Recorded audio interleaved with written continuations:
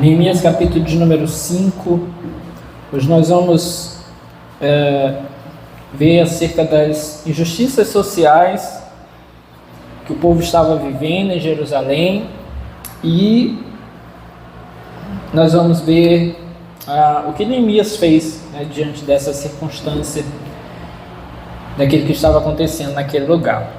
Então, Neemias capítulo de número 5, a partir do versículo 1, vamos ver?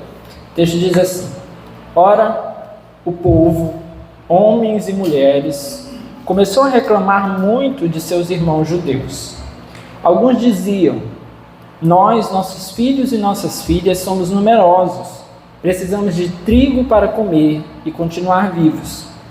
Outros diziam: tivemos que penhorar nossas terras, nossas vinhas e nossas casas para conseguir trigo para matar a fome. E havia ainda outros que diziam: tivemos que tomar dinheiro emprestado para pagar o imposto cobrado sobre as nossas terras e as nossas vinhas. Apesar de sermos do mesmo sangue dos nossos compatriotas e de nossos filhos serem tão bons quanto os deles, ainda assim temos que sujeitar os nossos filhos e as nossas filhas à escravidão. E, de fato, algumas de nossas filhas já foram entregues como escravas e não podemos fazer nada, pois as nossas terras e as nossas vinhas pertencem a outros. Quando ouvi a reclamação e essas acusações, fiquei furioso. Fiz uma avaliação de tudo e então repreendi os nobres e os oficiais, dizendo-lhes: vocês estão cobrando juros dos seus compatriotas. Por isso, convoquei uma grande reunião contra eles e disse: na medida do possível, nós compramos de volta nossos irmãos judeus que haviam sido vendidos aos outros povos. Agora vocês estão até vendendo seus irmãos. Assim eles terão que ser vendidos a nós de novo. Eles ficaram em silêncio, pois não tinham resposta. Por isso prossegui: o que vocês estão fazendo não está certo. Vocês devem andar no temor do nosso Deus para evitar a zombaria dos outros povos, os nossos inimigos. Eu, os meus irmãos e os meus homens de confiança também estamos emprestando dinheiro e trigo ao povo, mas vamos acabar com a cobrança de juros. Devolvam-lhes imediatamente suas terras, suas vinhas, suas oliveiras e suas casas, e também os juros que cobraram deles, a 100ª parte do dinheiro, do trigo, do vinho e do azeite. E eles responderam: nós devolveremos tudo o que você citou e não exigiremos mais nada deles. Vamos fazer o que você está pedindo. Então convoquei os sacerdotes e os fiz declarar sob juramento que cumpririam a promessa feita. Também sacudi a dobra do meu manto e disse: Deus assim sacuda de sua casa e de seus bens todo aquele que não mantiver a sua promessa. Tal homem seja sacudido e esvaziado. Toda a assembleia disse amém e louvou o Senhor, e o povo cumpriu o que prometeu. Vamos orar? Senhor, essa é a tua palavra e nós estamos aqui em tua presença, Senhor, mais uma vez, pedindo ao Senhor da tua graça, direção e favor, para que em nome de Jesus nós sejamos fortalecidos nessa hora, possamos ser cheios da tua presença, levados a compreender a tua palavra, a tua santa vontade, para que possamos sair daqui, Senhor, não da mesma maneira como entramos, mas transformados, cheios de sabedoria e sabendo aquilo que nós devemos fazer segundo a tua vontade. Pai amado, nós oramos e repreendemos tudo que não presta, que não vem do Senhor, todo pensamento ruim, medo, apreensão, ansiedade, dor e toda preocupação com as coisas lá fora. Em nome do Senhor Jesus, nós oramos e repreendemos esse lugar nessa noite, Pai. Te pedimos nessa hora que, mais uma vez, apenas a Tua Palavra e o Teu Santo Espírito tenham lugar para agir e reinar sobre nós. Amém e amém. Bom, meus irmãos, quarta-feira passada, nós estivemos aí no capítulo de número 4, e no capítulo 4 nós vimos todo o trabalho bravo, forte, de Neemias para conduzir o povo de uma forma a se defender dos ataques dos inimigos, aqueles inimigos externos aos judeus. Agora, nós vamos ver que, enquanto foi necessário trabalhar uma defesa com relação a esses inimigos externos, foi necessário também agora que Neemias trabalhasse para corrigir as injustiças dentro de casa, dentro do seu povo. Ao que o texto nos dá a entender, era algo que já se passava ali naquele lugar, quando Neemias chega para conduzir a reconstrução dos muros. E o que nós conseguimos perceber é que, mais do que muros derrubados, mais do que portas queimadas, nós temos um povo com um coração bagunçado. Homens pensando mal, fazendo mal, outros sofrendo por conta dessas injustiças. Então, Neemias precisou fazer um trabalho em relação a esses inimigos externos, mas agora ele precisa guardar o povo de se destruírem uns aos outros. Olha que problema. Isso nós comentamos nos cultos passados. É necessário que nós tenhamos essa consciência de que há inimigos externos, mas há muita coisa que às vezes está bagunçada dentro de casa.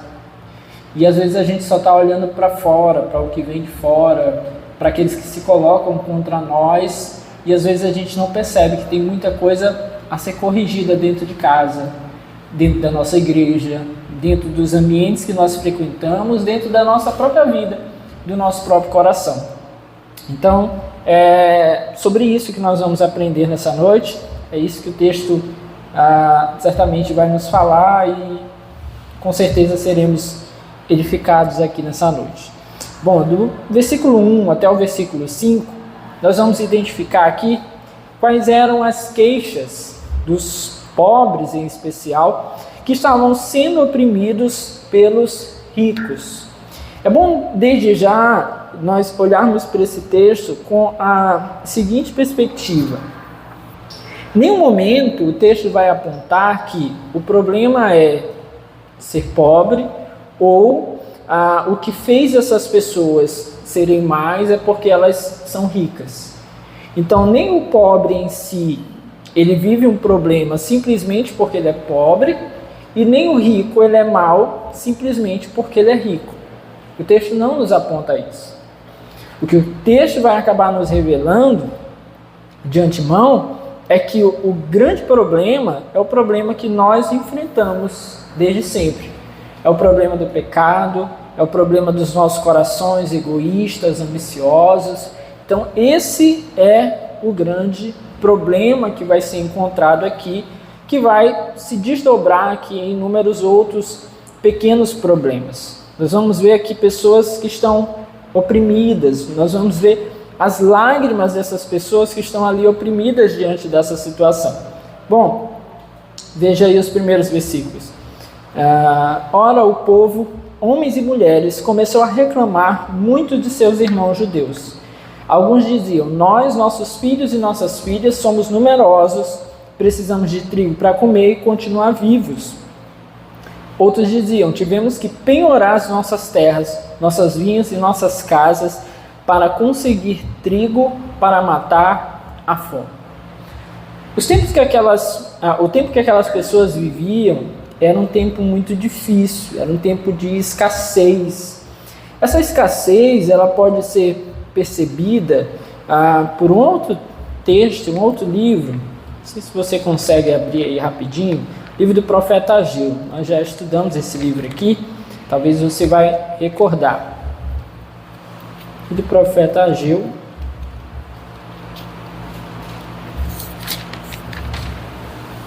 Capítulo de número 1. A partir do versículo 9. Ageu, capítulo 1, versículo 9. Enquanto você procura, eu vou lendo logo aqui, tá? Mas alguns já acharam. Olha o que o texto diz. Vocês esperavam muito, mas eis que veio pouco. E o que vocês trouxeram para casa, eu dissipei com um sopro. E por que eu fiz? Pergunta o Senhor dos Exércitos. Por causa do meu templo, que ainda está destruído, enquanto cada um de vocês se ocupa com a sua própria casa. Por isso, por causa de vocês, o céu reteve o orvalho e a terra deixou de dar o seu fruto. Nos campos e nos montes provoquei uma seca que atingiu o trigo, o vinho, o azeite e tudo mais que a terra produz. E também os homens e o gado. O trabalho das mãos de vocês foi prejudicado. Então, esse é o contexto que provavelmente levou, você pode voltar lá no livro de Neemias, levou o povo a passar por essa situação, por esse tempo de escassez. O que aconteceu? Quando o povo volta para Jerusalém, você deve recordar, houve uma pressa em cuidarem das suas próprias casas. Eles começaram a focar em cuidar de si mesmos, reconstruir os seus lares e esquecer o templo do Senhor. Por isso, houve aqui um castigo de Deus, né? Houve esse tempo de escassez que acabou abalando, então, o povo por conta das necessidades que eles enfrentaram, né? Isso, na verdade, foi consequência do pecado deles. Como eu disse, o problema é que a tônica maior é o pecado. Então, todos estão envolvidos de alguma forma nesse problema. Só que quando vem o tempo de escassez, meus irmãos, tudo é mais grave para quem tem menos recursos. É ou não é? Nós estamos num tempo no nosso país, por exemplo, que a gente está sentindo aí uma inflação alta, né? Por mais que pareça ser um tanto maquiada nos números, né? Na hora que a gente chega no supermercado, a gente vê o quanto está tudo muito caro. Quem é que sofre mais? Quem vai sofrer mais é aqueles que têm menos recursos. Quem consegue mais vai chegar no supermercado, vai fazer uma compra lá, R$1.000. Aí vai levar para sua casa, vai se virar ali ao longo do mês, dependendo de quantas pessoas tem em casa, ou dá um mês, ou dá meio mês, enfim. Agora, quem tem uma casa com 4, 5 pessoas, onde só um trabalha, que ganha 1 salário, 2 salários, como é que se faz uma compra de R$1.000, que é praticamente um salário líquido? É muito complicado. Então, no tempo de escassez, quem sofre mais é quem tem menos recursos. Quem sofre mais é quem tem mais gente em casa e não tem tantos recursos para aquele tanto de gente. Então, o que aconteceu ali é o que nós vemos até os dias de hoje. Todo tempo de escassez vai sofrer mais quem tem menos recursos. Por isso, meus irmãos, é tão importante assim, a gente aprender não apenas política, mas aprender a perceber as coisas de uma forma assim contextualizada. Muito pobre, né? E estou falando pobre aqui, as pessoas que não têm dinheiro sobrando. Muito pobre é enganado por muita coisa, é levado a engolir muita coisa e não pensa o quanto aquilo retorna para ele na hora que, sei lá, impostos maiores.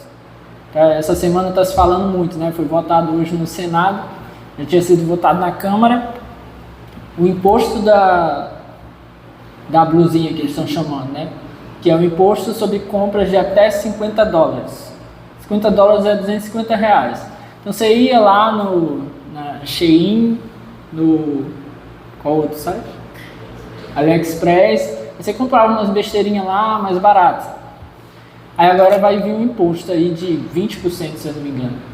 Vai gerar 20% ou 40%. Quem que vai sentir? O cara que ele tem grana de sobra, ele vai continuar comprando, ele vai ter outras opções, ele pode até viajar para comprar. Agora, quem tinha aquilo ali como uma alternativa para comprar uma coisinha mais barata, vai ficar mais caro.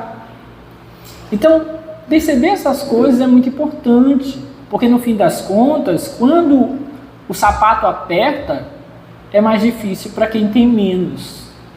Então, o pobre precisa entender isso. A gente tem que saber em quem a gente está votando, quem a gente coloca lá, quem defende mais imposto. Imposto, a consequência no final é a gente sofre.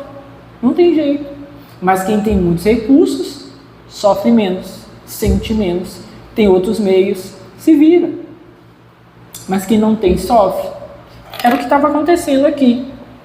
As pessoas estavam sofrendo, porque nesse tempo de escassez, tudo estava sendo mais grave para quem tinha muitos filhos, para quem tinha menos recursos. Então, o versículo 2, nós, nossos filhos e nossas filhas, somos numerosos. Precisamos de trigo para comer e continuar vivos. Olha a necessidade deles, era do básico. Eles só tinham a necessidade que é comer e continuar vivo. Então, a gente não está falando de luxo. A gente não está falando de coisa que sobra. A preocupação dessas pessoas era com o básico, era comer e continuar vivo. Nem isso eles estavam conseguindo ter da maneira adequada. Então essas famílias que mais precisavam ali, porque eram mais numerosas, eram os que estavam mais sofrendo por conta da escassez de alimentos.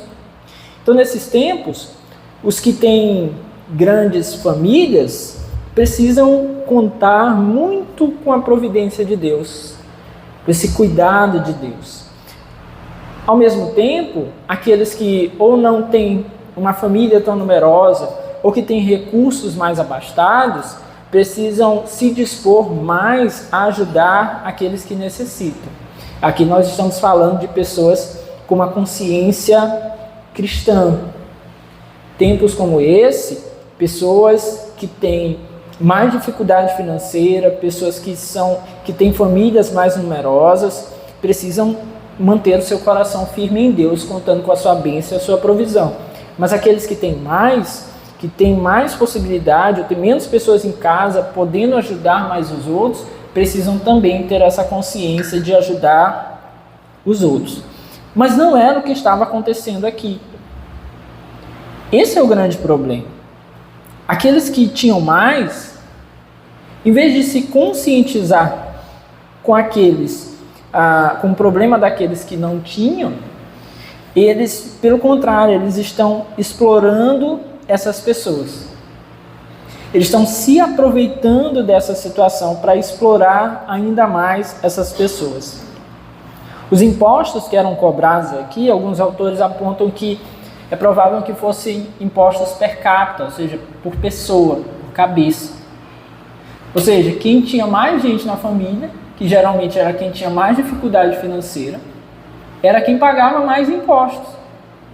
O que aconteceu? Eles não tinham nem para comer, nem para pagar os impostos.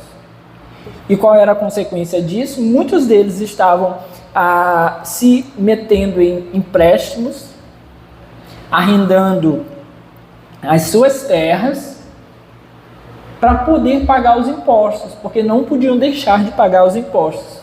Parece muito com um país longe daqui, né? Eles tinham que dar um jeito deles de pagar imposto, né? Tem um país aí que começa com B, termina com L, não é o Brasil, que você trabalha 1/3 do ano para pagar imposto. Era que essas pessoas estavam aqui, sabe, se enfiando nessa situação, tendo que se desenrolar para pagar esses impostos. Então, eles não tendo meios aqui para pagar esses impostos, precisavam então tomar dinheiro emprestado. E as pessoas que estavam então negociando com eles isso, eram duras de coração, não atentavam então para as suas necessidades. Então essas pessoas ficavam sendo forçadas ali a pagar os seus impostos, e aqueles que tinham condições se aproveitavam então para tirar vantagem dessas pessoas que passavam por esse momento de necessidade. Veja o versículo 3. Outros diziam: tivemos que penhorar nossas terras, nossas vinhas e as nossas casas para conseguir trigo para matar a fome. Ou seja, eles não tendo o que comer, não tendo como produzir por conta da escassez desse tempo difícil, eles penhoravam as suas terras para conseguir um mínimo ali para comer. Então o que acontecia aqui? Primeiro, os ricos começaram a extorquir essas pessoas com juros altos. Lá no versículo 11 vai dizer quanto eles cobravam de juros. Hoje a gente já vai sorrir disso aqui, né? Que a gente paga mais juros do que isso aqui. Mas os juros aqui no versículo 11 diz: e também os juros que cobraram deles, a 100ª parte do dinheiro. Era 1%, mas era 1% ao mês. A essa centésima parte aqui era mensal, então acabava que era 12% ao ano. Aí você sorriu, meu cartão de crédito é mais que isso, né? É 12% ao ano. Mas imagina se você produz, por exemplo, eles tiravam da sua terra e aquilo que eles produziam geralmente era para consumo próprio. Então eles tiravam ali 12% para pagar ali de juros, né? E juros sobre aquilo que eles tomavam, né? Então isso poderia se transformar em quantias enormes. Versículo 4. E havia ainda outros que diziam: tivemos que tomar dinheiro emprestado para pagar um imposto cobrado sobre as nossas terras e as nossas vinhas. E versículo 5, apesar de sermos o mesmo sangue dos nossos compatriotas e dos nossos filhos serem tão bons quanto os deles, ainda assim temos que sujeitar os nossos filhos e as nossas filhas à escravidão. Então, os mais pobres, eles precisavam tomar aquele dinheiro emprestado para manter as suas famílias, só que com isso eles tinham que se sujeitar a arrendar as suas próprias terras. E veja que agora, além de arrendar as suas terras, meio que hipotecar as suas terras ali para poder receber recursos ali para poder se alimentar, agora nós vamos ver uma situação que talvez fosse o pior de tudo. Eles estavam tendo que entregar os seus filhos como servos, como escravos, para serem vendidos. É tipo assim, você tem uma família aqui com 10, vamos ter que entregar um aqui, para os outros não morrer de fome. Parece aquela brincadeira de irmão, né? Vamos vender um irmão, né? Quem tem família com irmão, a gente sempre pensou nisso, né? Vamos vender um irmão, né? Para o negócio aliviar aqui. Mas era isso que estava acontecendo na prática. Eles precisavam entregar alguém como escravo para poder ter recursos para que a família pudesse comer. Mas o grande problema disso, meus irmãos, é que não se estava considerando que eram o mesmo povo. Servos do mesmo Deus, povo do mesmo Deus. Esses homens que tinham recursos estavam se aproveitando daquela situação difícil, complicada. Está vendo essa semana? A situação do Rio Grande do Sul está muito complicada. E vai ser muito difícil reverter tudo isso. E aí, sabe o que aconteceu? Alguém teve a brilhante ideia estão tentando fazer isso, importar arroz, sendo que o Rio Grande do Sul, se não me falha a memória, produz 80% a 90% do arroz do Brasil, que é consumido no Brasil. Aí quer dizer, o que implica isso? Ao que já vi na mídia, parece que a safra produzida desse ano já havia sido recolhida. Então eles têm condições de abastecer o país. Mas homens perversos, de fato, querem se aproveitar da situação para, a troco não sei de que, ou até imaginamos, trazer um arroz importado de má qualidade, pelo que eu já vi também na mídia, má qualidade, para distribuir com a logomarca do governo a um preço mais barato. Distribuir para vender, né? Mas um preço bem mais barato. E aquelas pessoas lá que produziram, não vai sofrer só o empresário, vai sofrer os seus empregados, vai sofrer as famílias. Quer dizer, então você já está numa situação muito difícil, muito complicada, e aí no meio de tudo isso parece que querem complicar ainda mais, sem ter um mínimo de cuidado. O que podia ser feito? Olha, queremos entregar um arroz mais barato, queremos ajudar vocês a vender a produção, vamos cortar os impostos de vocês para que vocês consigam vender mais barato e possam escoar a produção. E assim suprir financeiramente o Estado, que vai precisar de recursos para reconstruir. Porque o cara que perdeu a sua casa, muitos perderam a casa e perderam o emprego, porque o emprego também se destruiu. Então, enquanto homens que estão à frente do país deviam estar ali cuidando disso, parece que querem piorar a situação de quem já está lá sofrendo. Então é preciso pensar nisso. Esses homens aqui parece que estão justamente se aproveitando da situação. E as famílias estão sofrendo, estão entregando filhos para escravidão, para poder ter recurso para comer. Gente, isso aqui é de uma perversidade muito grande. Perversidade. Porque embora esses homens tendo recursos, nós possamos considerar que eles têm o direito de fazer um empréstimo, por exemplo, emprestar às pessoas, mas é preciso considerar também o coração diante dessa situação que eles estão passando. Porque são, e aqui é o argumento que é colocado, porque eles são povo do mesmo Deus. Então, versículo 5: apesar de sermos o mesmo sangue dos nossos compatriotas e de nossos filhos serem tão bons quanto os deles, ainda assim temos que sujeitar os nossos filhos e as nossas filhas à escravidão. E de fato, algumas das nossas filhas já foram entregues como escravas. E não podemos fazer nada, pois as nossas terras e as nossas vinhas pertencem a outros. Entregaram suas filhas como escravas, as suas terras estão arrendadas, e eles não podem fazer nada, porque você não tem nem como pagar aquilo que você tomou emprestado. Então essa é a gravidade aqui dessa situação. E Neemias vai receber essas queixas, e como é que ele vai receber isso? E aqui, para nós, começa aqui a parte da solução, né, desse problema. Nós vamos ver o Neemias que recebe as coisas aqui com compaixão. Isso é muito importante, meus irmãos, que diante de cenários assim, nós possamos estar atentos às pessoas com muita compaixão. Escutar realmente os seus problemas, né, de uma forma graciosa, diante das suas dificuldades. E a outra coisa que nós vamos perceber aqui em Neemias é a sua indignação contra aqueles opressores. E é muito importante também a demonstração da indignação com a crueldade, com a maldade. Isso é muito importante. E às vezes nós não consideramos isso.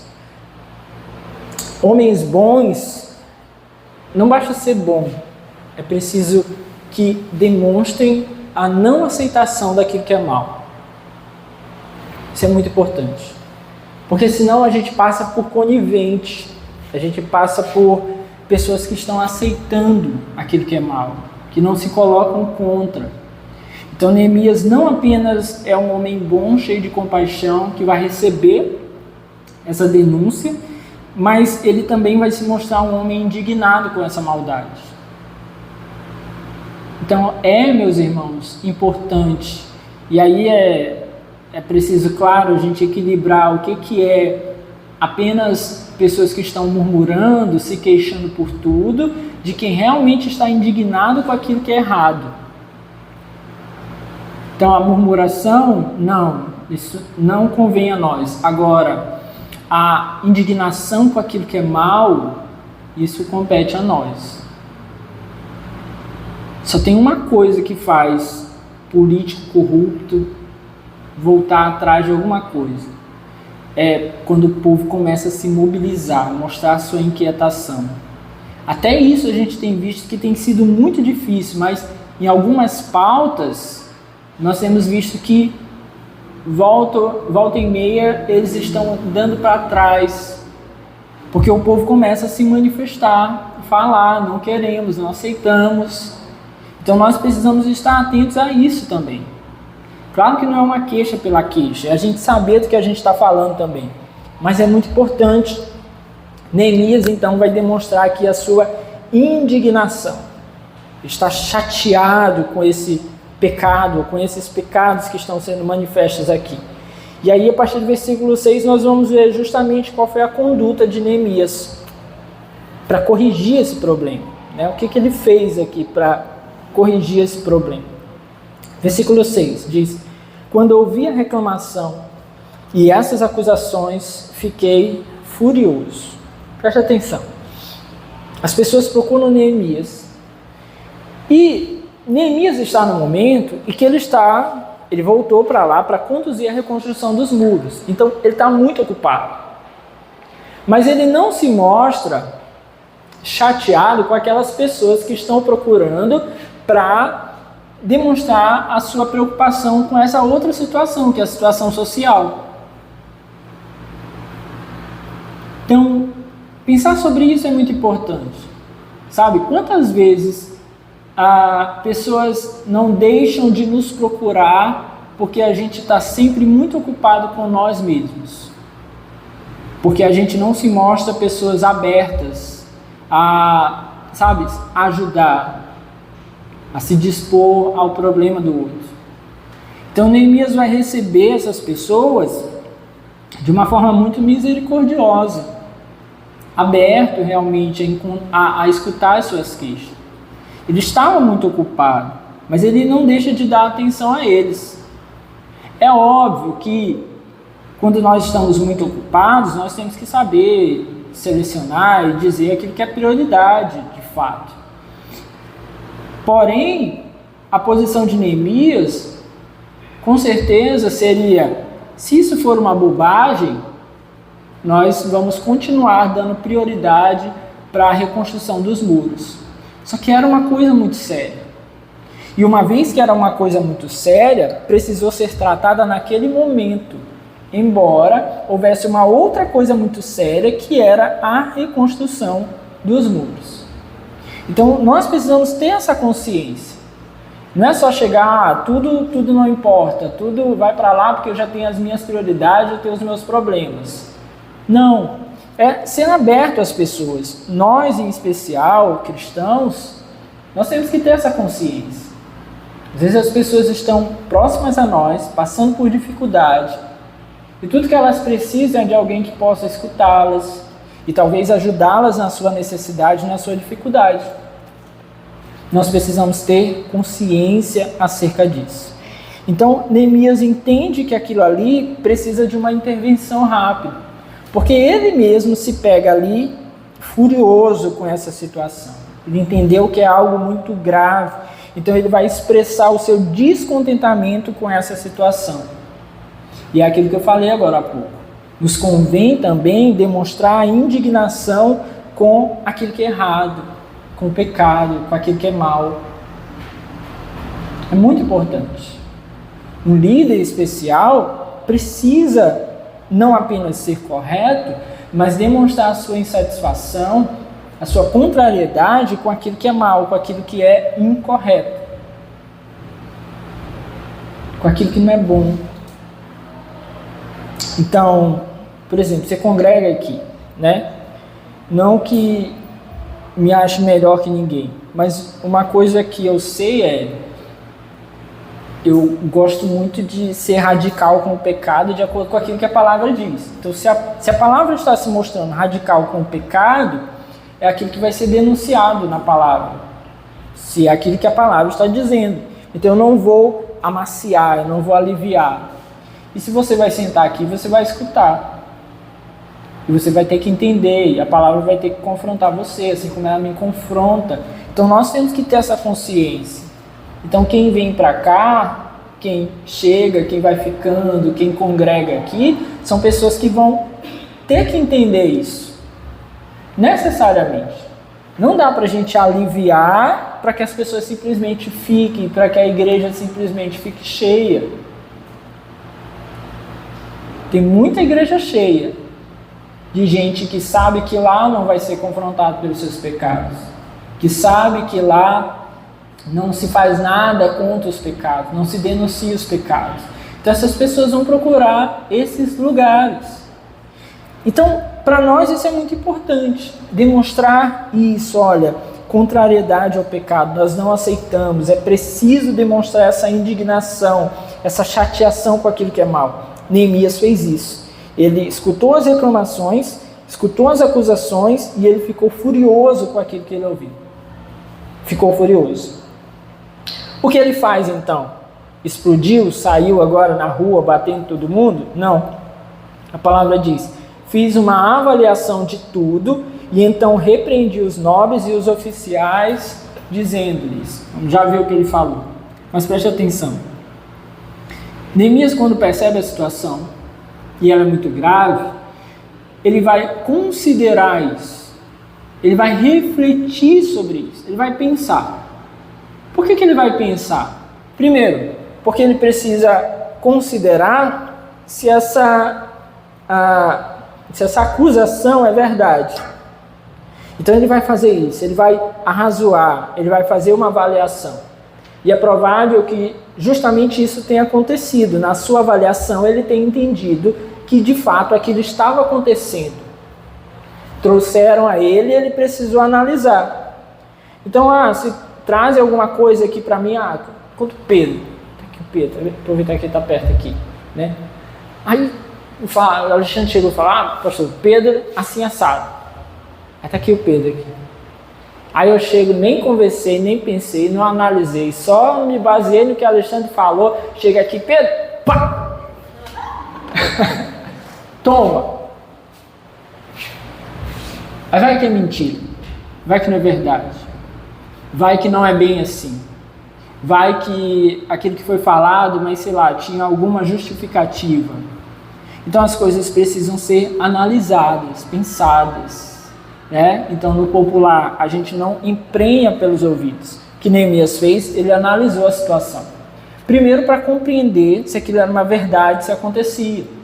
Segundo, para que ele mesmo possa considerar o que é preciso ser feito diante dessa situação. Às vezes a gente não tem esse equilíbrio de o que eu vou fazer então diante disso. Uma atitude precisa ser tomada, mas que atitude eu vou tomar? Então, ao que nos parece, Neemias, antes de repreendê-los, considera consigo mesmo o que fazer, quando fazer e como fazer. Então é importante isso. Então, tem um problema, nós precisamos tratar sobre isso, é algo muito sério, precisa ser repreendido, mas eu preciso pensar nisso. Acontece muito em casa, da gente, explodir muito rápido. Porque em casa tudo nosso é mais aflorado, na verdade, em casa tudo nosso explode mais rápido. Se você tem um problema com alguém da igreja, você vai ter... Vamos contar que você descobriu alguma coisa na quinta-feira. Você vai ter até o domingo para encontrar com essa pessoa. Então você vai ter tempo forçadamente para pensar, para refletir, para orar. E ainda que você esteja muito chateado, parece que as coisas meio que podem ir arrefecendo até você encontrar essa pessoa no domingo. Em casa não. Em casa a gente está perto, a gente olha todo dia, a gente conhece as coisas ruins daquela pessoa de uma maneira muito intensa. Então, geralmente, em casa a gente explode tudo muito mais rápido. Então, a gente precisa pensar sobre isso. Ainda que tenha encontrado alguma situação difícil, é necessário, nós temos que pedir a Deus que nos ajude, para que a gente tenha tempo, para pensar, para refletir, para ver como fazer, quando fazer e o que fazer diante dos problemas. Amém? Neemias fez isso, considerou tudo isso e agora ele vai repreender essas pessoas do meio do seu povo, que são quem? Os ricos, os nobres, são eles que têm mais recursos, são eles que nesse momento estão se aproveitando dessa situação. Então vão ser repreendidos aquelas pessoas que precisam ser repreendidas, que é uma outra questão que envolve a repreensão. Nós precisamos repreender quem precisa ser repreendido e da maneira adequada. E aqui tem mais uma questão. Neemias não deixa de repreendê-los porque eles são nobres, porque eles têm muitos recursos. Eles também precisam de repreensão. Então, se cabe, se tem espaço, se nós temos autoridade para fazer aquilo ali, nós devemos fazer. Neemias, então, vai se dispor a fazer essa repreensão. Veja o versículo 7 ainda. Vocês estão cobrando juros dos seus compatriotas, por isso convoquei uma grande reunião contra eles. O que Neemias fez? Convoca o povo. O povo foi lá ser testemunha. Ser testemunha daquela repreensão daqueles homens. O povo precisava estar presente Para quê?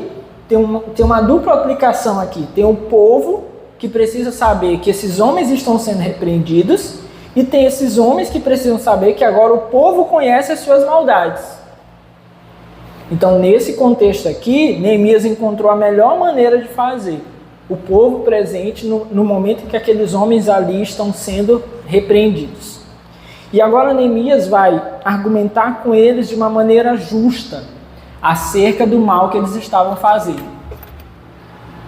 A melhor forma, meus irmãos, que nós temos de fazer com que a vida de alguém seja restaurada é que nós possamos nos esforçar para que a sua consciência seja convencida acerca do seu erro.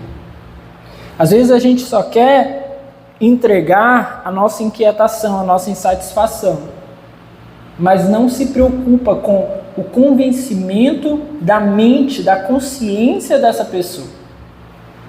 Quando nós de fato queremos fazer algo por justiça, nós precisamos ter a ideia, a consciência em nós de que o outro precisa ser levado a tomar consciência do seu erro. Então não é simplesmente porque eu quero o seu mal. Eu quero que você pague o mal com o mal. Não é isso. Eu quero que você tenha consciência para que você possa se arrepender do seu pecado e corrigir o seu erro. Então, muitas vezes a gente acaba se equivocando porque a gente só quer descontar a nossa raiva, a nossa indignação. Mas não é isso que deve ser feito. Então, Neemias vai se colocar a levar essas pessoas a refletir, a tomar consciência daquilo que eles estavam fazendo.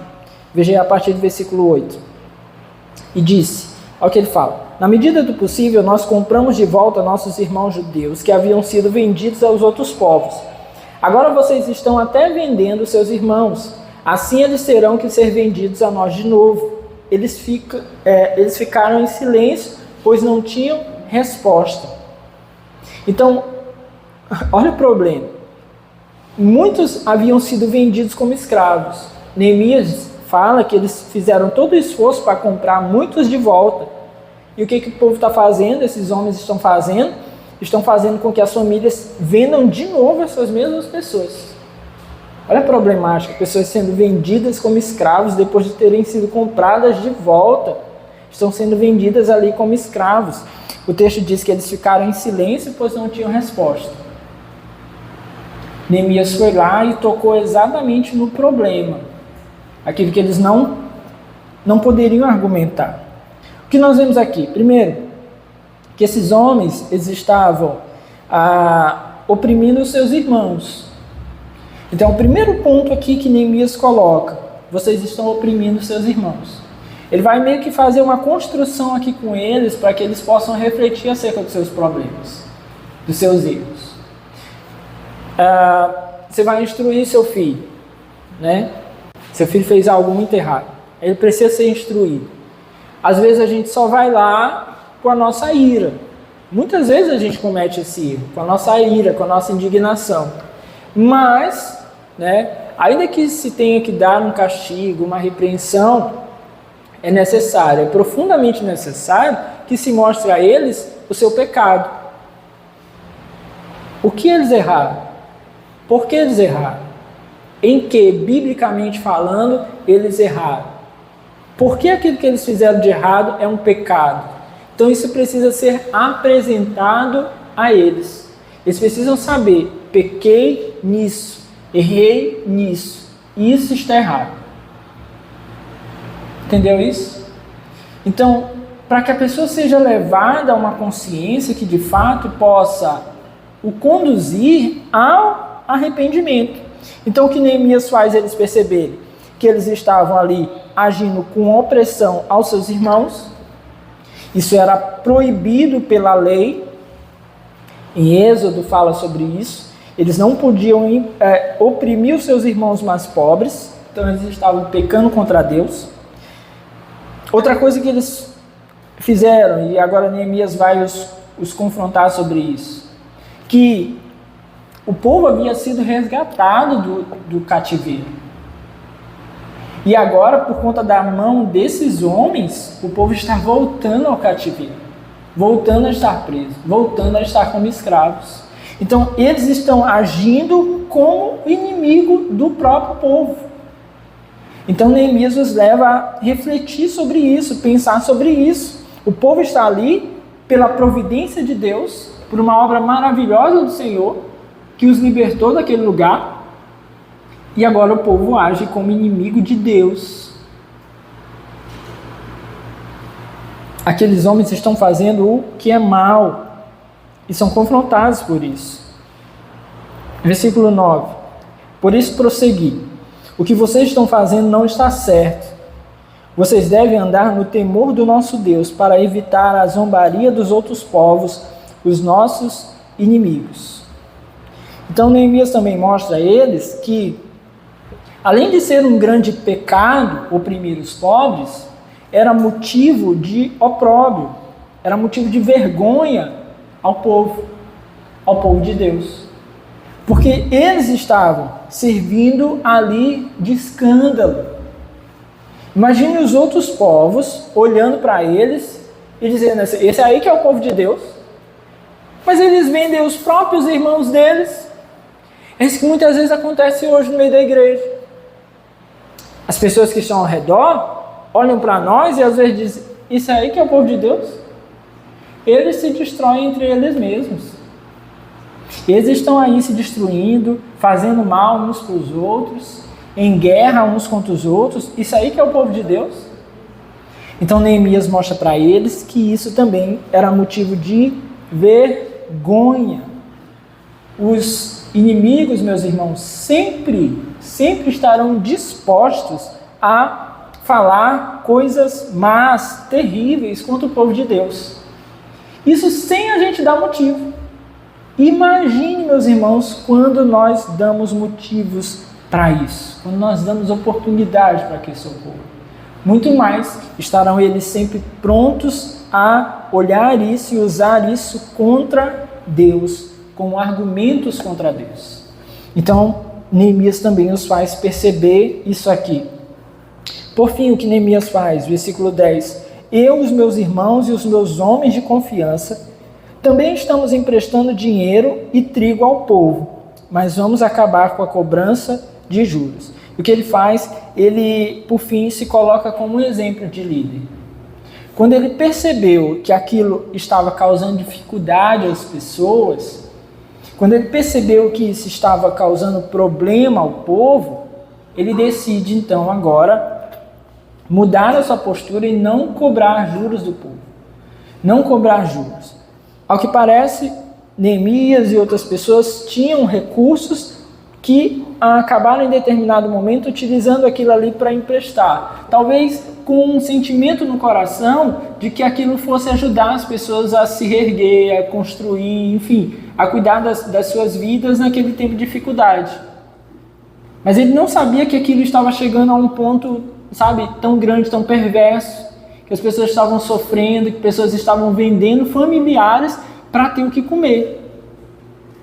Então, na hora que ele percebe a gravidade disso, ele se coloca como exemplo. Olha, nós não vamos mais cobrar juros deles, porque o problema já era aqui muito grande. Então, a questão do exemplo, de dar o exemplo. Um líder precisa ser exemplar. Neemias vai buscar, então, dar o exemplo a eles, de que aquilo que ele estava falando, ele não apenas estava dizendo para que os outros fizessem. Ele seria o primeiro ali, então, a tomar a atitude, uma atitude diferente diante daquela circunstância. Por fim, meus irmãos, Neemias vai agora, tendo-os levado a refletir sobre isso, sobre o problema, sobre o erro, Neemias vai agora ser mais direto sobre o que eles deveriam fazer e vai os pressionar a isso, os confrontar diante de toda essa situação. Isso é fundamental, porque se você vai ser cobrado por alguma coisa, você precisa saber pelo que você está sendo cobrado. Qual é o problema? Uma coisa que eu sempre falo para os líderes, né? Isso há muito tempo, que é uma coisa que eu aprendi. Olha, você lidera uma equipe, aí você está com alguém ali que está dando trabalho, problema, alguma dificuldade que você está tendo com essa pessoa. Aí às vezes as pessoas vêm, no caso eu, pastor, né?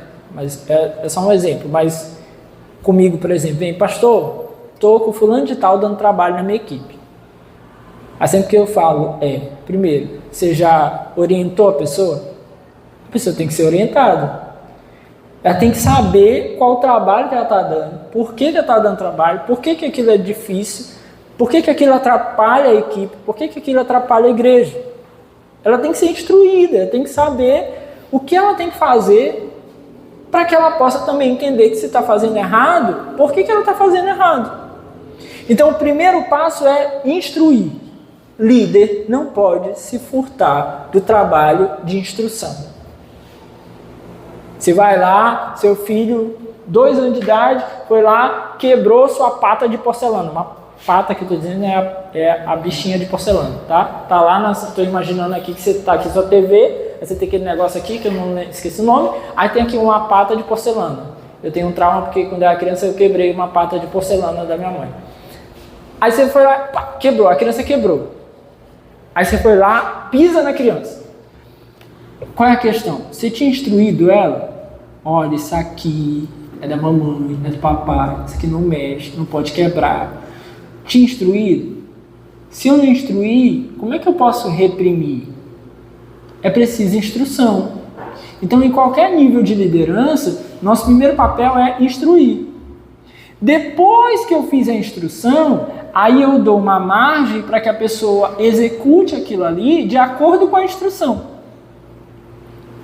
Então Neemias os repreende, por quê? Porque os tinha levado a entender o problema, o erro deles. Se alguém aqui está cogitando argumentar que não sabia, o que é bem improvável, se alguém está cogitando argumentar que não sabia o mal que estava cometendo, eles foram agora instruídos. E tendo sido instruídos, agora eles podem ser cobrados. E agora podendo ser cobrados, porque foram instruídos, podem agora pagar a pena. Podem agora sofrer as retaliações por aquilo que fizeram depois de terem sido instruídos. Então, no exemplo de um trabalho na igreja, por exemplo, depois que você foi lá, instruiu a pessoa, deu uma margem para que aquela pessoa fizesse de acordo com a sua orientação, agora essa pessoa pode ser cobrada segundo isso. Entendeu? Amém? Vocês estão entendendo? Estão acompanhando? Tá. Então Neemias fez isso. Os instruiu e agora vai cobrá-los. Caso alguém venha a errar posteriormente, certamente sofrerá as consequências. Então, versículo 11. Neemias é bem direto. Devolvam-lhes imediatamente suas terras, suas vinhas, suas oliveiras e suas casas, e também os juros que cobraram deles, a 100ª parte do dinheiro, do trigo, do vinho e do azeite. Então Neemias vai lá e, de uma maneira bem séria, vai dizer a eles o que eles precisam fazer. Seriedade, meus irmãos. Seriedade. Tem gente que está sempre mostrando os dentes para o filho. Ele nunca vai te levar a sério. Porque a gente está no tempo da cultura de que filho é amigo. Não, amigo ele tem na escola, na rua, na igreja. Pai é pai, mãe é mãe. Amém? O pai é pai e a mãe é mãe. Se Deus quisesse dar um amigo, você não era pai, você não era mãe. Amigo é outra coisa. O pai é pai e a mãe é mãe. Aí pronto. Neemias vai falar para eles com seriedade. Então, a gente pode brincar, pode descontrair, pode, ter esse ambiente de igreja, mas quando eu vou falar com alguém como líder, aí eu não posso estar... Não, aí tem que falar sério. A instrução é essa, você não pode fazer isso, tem que ser dessa forma. A gente fala. Graças a Deus, eu acho, que o pessoal que trabalha comigo tem entendido isso, Se não tem entendido, tem chorado debaixo do chuveiro. Mas eu acredito que tem entendido. Mas a gente tem que diferenciar essas coisas. Na hora da instrução, seriedade. Não leve na brincadeira. Então Neemias foi bem claro, olha, devolvam a eles imediatamente essas coisas. Então falou sério, olha, é agora, é isso, vocês têm que considerar, com base naquilo que vocês aprenderam, a devolução de todas essas coisas. E o que aconteceu então?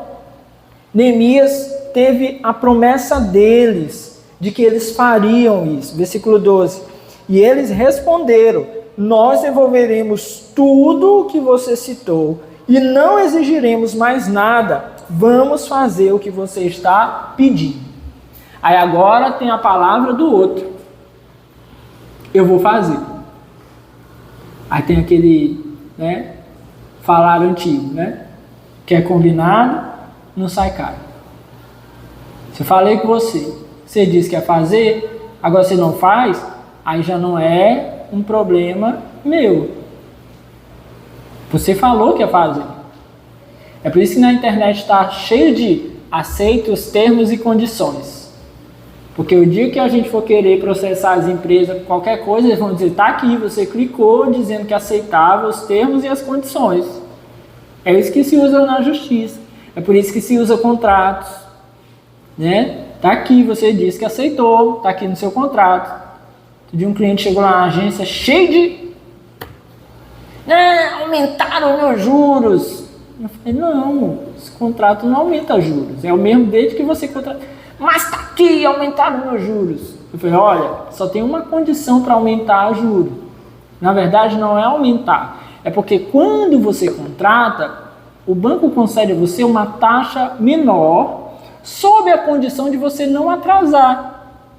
Mas se você atrasar, aí volta a taxa normal. Aí, enquanto ele eu abri o contrato. Aí eu destaquei tudo na tela. Eu falei, tá bem aqui o contrato. É seu contrato? Não sei, não lembro. Essa assinatura é sua? É. Eu falei, então pronto. Então tá aqui. O senhor concordou desde o começo. Não, mas aumentaram agora um absurdo. Eu falei, peraí. Aí fui olhar. 2017, desde 2017 aumentou. Só que agora que ele queria arranjar a cascaria, talvez que ele não estava conseguindo mais pagar, aí ele quis argumentar. Eu falei, não, senhor, voltou aqui, desde 2017 o senhor paga essa taxa aí que voltou, porque no segundo mês ele atrasou. Então eu não precisei me alterar, não precisei me estressar, eu só mostrei para ele o que estava no acordo, no contrato. Então uma coisa que a gente precisa fazer é estabelecer os acordos, as regras. Então conversa com as pessoas que você lidera, com a sua família, com seus filhos, estabeleça os acordos. Quebrou o acordo, perdeu o direito. Ai, mamãe, ai, papai, ai, não sei. Qual era o acordo? Ah, o acordo era esse. Ai, perdeu. O que eu posso fazer? Você quebrou. Isso vale, gente, em todo lugar. Aí mantém a nossa saúde mental. Que a gente fica assim, ó, mais equilibrado. A Neemias fez isso, o povo disse, vamos fazer. Depois, se vai fazer ou não vai fazer, é outra coisa. Mas esse povo aqui teve uma coisa especial. Veja o versículo 13. Ainda no versículo 12. Então convoquei os sacerdotes e os fiz declarar sob juramento que cumpriria a promessa feita. O que Neemias fez? Vamos assinar o contrato. Aí chamou os sacerdotes, as autoridades espirituais do povo. Para quê? Para que aqueles homens pudessem concordar na frente daquelas testemunhas. E ele fez isso. Fez ainda mais, Neemias aqui. Aqui, nós não podemos dizer que aqui seja algo, uma instrução bíblica. É mais provável que Neemias tenha feito algo como sendo uma atitude pessoal, meio que para dar uma pressão a mais àqueles homens. O que ele fez? Versículo 13. Também sacudi a dobra do meu manto e disse, Deus assim sacuda de sua casa e de seus bens todo aquele que não mantiver a sua promessa. Tal homem seja sacudido e esvaziado. Então, Neemias fez um negócio aqui engraçado. Ele sacudiu a roupa dele e disse assim, quem não fizer o que prometeu, Deus vai sacudir você assim também. Ó. Você vai cair da vontade de Deus, do cuidar de Deus, por que você está descumprindo o que você falou? Então, nós não temos aqui uma orientação bíblica, né? O pastor não pode chegar aqui, sacudir a calça e dizer assim, olha, se você não vier para o culto domingo, tá aqui, ó, Deus também vai te largar. Isso aqui não é uma instrução sobre o que nós devemos fazer. Mas Neemias, como líder, talvez tenha feito aquilo ali para que o povo pudesse, sabe, entender a seriedade do compromisso deles.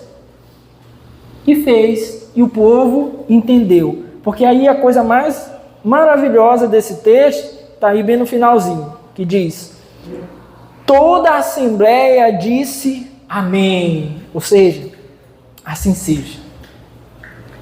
Todo o povo ali concordou com aquilo. E mais, louvou o Senhor. Preste atenção.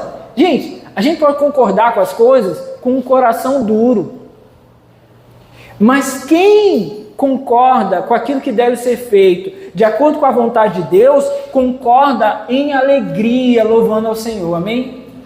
Então o povo aqui concordou e concordou de coração. Obediência, meus irmãos, ela precisa ser interna, verdadeira. Não é só a gente estar lá, mas o coração da gente, sabe, está endurecido. A gente precisa estar junto de verdade, principalmente se tratando das coisas de Deus. Então o povo disse amém e louvou ao Senhor, ou seja, o coração deles realmente foi tocado e transformado. Eles entenderam que para que o nome do Senhor fosse glorificado, eles precisavam corrigir aquele erro. Então eles foram levados de fato a um arrependimento genuíno, instrução, seriedade, confrontamento e agora tem arrependimento e louvor ao Senhor. Então esse é o caminho, sabe, verdadeiro para uma repreensão sincera, onde as pessoas são levadas a uma conversão de verdade, a um arrependimento de verdade. E aí o final é a coisa mais linda.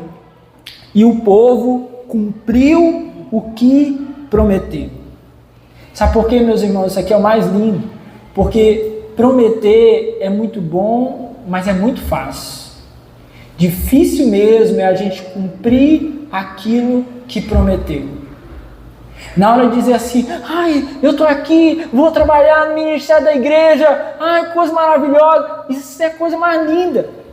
Difícil é a gente estar com um compromisso verdadeiro, genuíno do nosso coração, diante do Senhor, da igreja, para fazer a gente cumprir. Maravilhoso é a gente dizer assim, né? Hoje as crianças não estão aqui, mas se eles estivessem, eles iam tomar essa cutucada aqui. Maravilhoso é dizer, papai, mamãe, tá bom, eu vou fazer, não sei o quê, porque está pensando na sobremesa, porque está pensando na TV, no celular. Difícil fazer de verdade, com um coração contrito, porque entendeu que está errado. Mas muitas vezes a gente faz assim, a gente faz compromissos pensando no nosso entretenimento, na TV, no nosso sorvete que Deus pode dar para a gente, nas coisas que Deus pode nos dar agradáveis. Mas, meus irmãos, o importante é que nós possamos fazer, cumprir aquilo que nós nos comprometemos diante de Deus. Assim, meus irmãos, se solucionam problemas, assim a transformação, assim arrependimento e assim o nome do Senhor é glorificado. Amém? Fique de pé no seu lugar, vamos orar para ir para casa em nome de Jesus.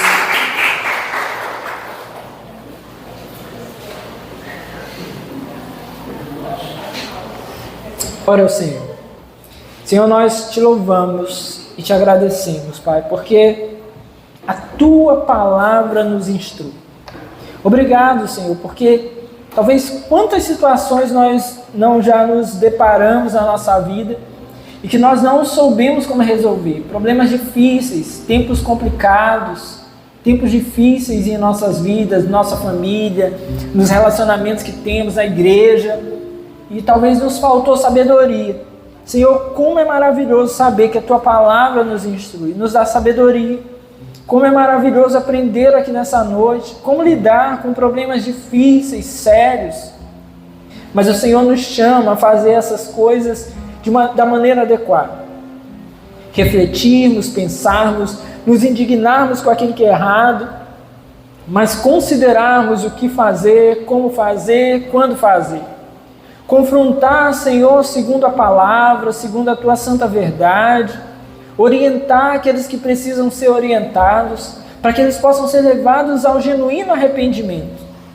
Confrontar, Senhor, de tal forma que, se essas pessoas quiserem realmente mudar, que elas possam abrir os seus lábios para dizer, para confessar que aceitam aquela instrução. E assim, Senhor, que em nome de Jesus, no fim das contas, o que nós possamos ver é pessoas sendo transformadas, corações sendo levados ao arrependimento genuíno, e que nós, Senhor, possamos estar cumprindo aquilo que nos comprometemos diante do Senhor. Obrigado, Pai, por essa instrução nessa noite, por aquilo que o Senhor nos ensina, que possamos colocar em prática verdadeiramente, porque o que aprendemos aqui nessa noite é que não adianta nada a gente fazer uma promessa ao Senhor e não colocarmos em prática, Senhor. Que possamos praticar segundo a Tua santa verdade, a Tua santa doutrina, é o que nós te pedimos nessa noite. Obrigado, Senhor, e abençoa cada um presente aqui nesse lugar, pessoas que se esforçaram para estar aqui nessa noite, num dia talvez difícil para muitos, um dia chuvoso, mas nós estamos aqui. Abençoa cada um, Senhor. Retribui, Senhor, segundo os seus corações. Pai amado, abençoa os seus lares, as suas famílias. Restaura, Senhor, aqueles que precisam de restauração. Cura, Senhor, aqueles que precisam de cura, em nome do Senhor Jesus. Liberta aqueles que estão aprisionados em seus pecados. Nos leva, Senhor, para casa em paz. Nos guarda, Pai, em proteção. E nos livra, Senhor, de todo mal, dos perigos e dos acidentes, em nome de Jesus. Assim nós oramos e te agradecemos. Amém e amém. Deus abençoe você e vai na paz em nome de Jesus.